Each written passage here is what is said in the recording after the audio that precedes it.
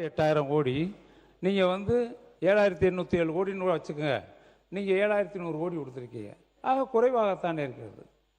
இந்த நிதிநிலை அறிக்கையில் பார்க்கின்ற பொழுது எந்த வித்தியாசமும் தெரியல. வீடு கட்டுறதுக்குனால 3,500 கோடி தான். இதுக்கு உள்கட்டமைப்பு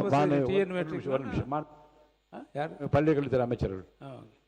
மாண்புமிகு பேரவைத் தலைவர் அவர்களே, பல்வேறு விஷயங்களை மூத்த உறுப்பினர் அண்ணன் சுட்டி காண்பித்துக் கொண்டிருந்தார். நேற்று கூட மூத்த உறுப்பினர் ஏவாவில் அண்ணன் பேசும்போது சமஸ் அவர்களினுடைய ஒரு புத்தகத்தை கூட காட்டினாங்க. நான் சமஸ் அவர்களினுடைய வார்த்தைகளை நல்லா படிக்கக்கூடிய ஒரு ரீடர். அவர் இன்னொரு ஆர்டிகிள் எழுதியிருந்தார். ஆர்டிகிளின் தலைப்பு என்ன தெரியுமா? விஜய் 100 ஊழலுக்கு எதிரான ஒரு அடி. என்ன பேசினாலும் ஆதாரம் காட்டுங்கள், ஆதாரம் காட்டல அவர் சொல்கிறார்கள். அமைச்சர் பெருமக்கள் எழுந்து பேசுகிற போதே தவறு நடந்திருக்கலாம் என்று அவரே சொல்கிறார். முதலில் தவறு நடந்திருக்கலாம் என்று ஒப்புக்கொண்டதற்கு ஒரு பணிவான நன்றியை தெரிவித்துக் கொண்டு, ஆதாரங்களை நாங்கள் காட்டும் போதே இப்படி பேசுகிறார்கள். மாண்புமிகு முதலமைச்சர் ஆதாரங்களை வைத்திருக்கிறார், அவர் ஒருவேளை எடுத்து காட்டிவிட்டார் என்று சொன்னால் அவர்கள் நிலைமை நினைத்து பார்த்தேன். கொஞ்சம் கவலையாகத்தான் இருக்கிறது.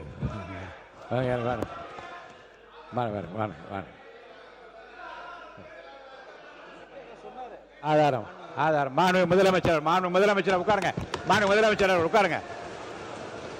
உட்காருங்க. மாண்பு முதலமைச்சர் உட்காருங்க. உட்காருங்க.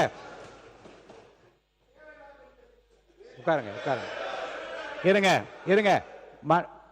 ஆதாரம் இருக்கான்னு கேட்டீங்க. திடீரென்று முதலமைச்சர் எந்திரிச்சு பேச முற்படுறாங்க. அப்போ திருப்பி எதுக்காக நீங்கள் கத்திட்டு? உட்காருங்க, தயவு செய்து உட்காருங்க, எழுந்திருக்காதீங்க. மாண்பு முதலமைச்சர் அவர்கள்.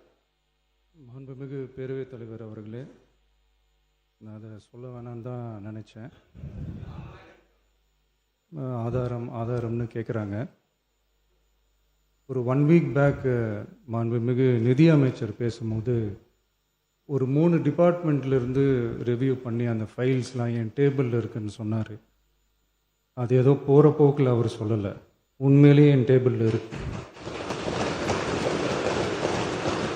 அத்தனையும் ப்ரூஃபோடு இருக்கு. ஓப்பன் பண்ண வச்சிடாதீங்க. எப்போ ஓப்பன் பண்ணணுமோ அப்போ கரெக்டாக எல்லாமே ஓப்பன் ஆகும். மாண்புமிகு இந்து அறநிலையத்துறை அமைச்சர் அவர்கள். மாண்புமிகு பேரவை தலைவர் அவர்களே, நம்முடைய மதிப்பிற்குரிய அண்ணன்கள் எல்லாருமே பேசுங்கன்றாங்க. ஆனால் முதலமைச்சர் பேச ஆரம்பிச்சார்னா, ஆதாரத்தை காட்ட ஆரம்பிச்சார்னா என்ன நடக்கும்ன்றது இதுல இருந்தே நம்ம புரிஞ்சிக்க முடியும். ரெடியா? மாண்பு முதலமைச்சர் அவர்கள்.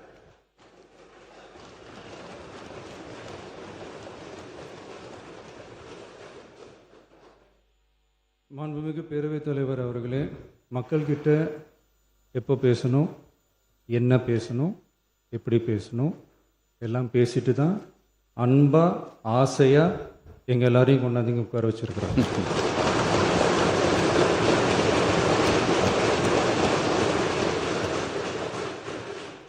நான் பேசுவேன், பேசக்கூடாதுன்னு ஒன்றும் இல்லை.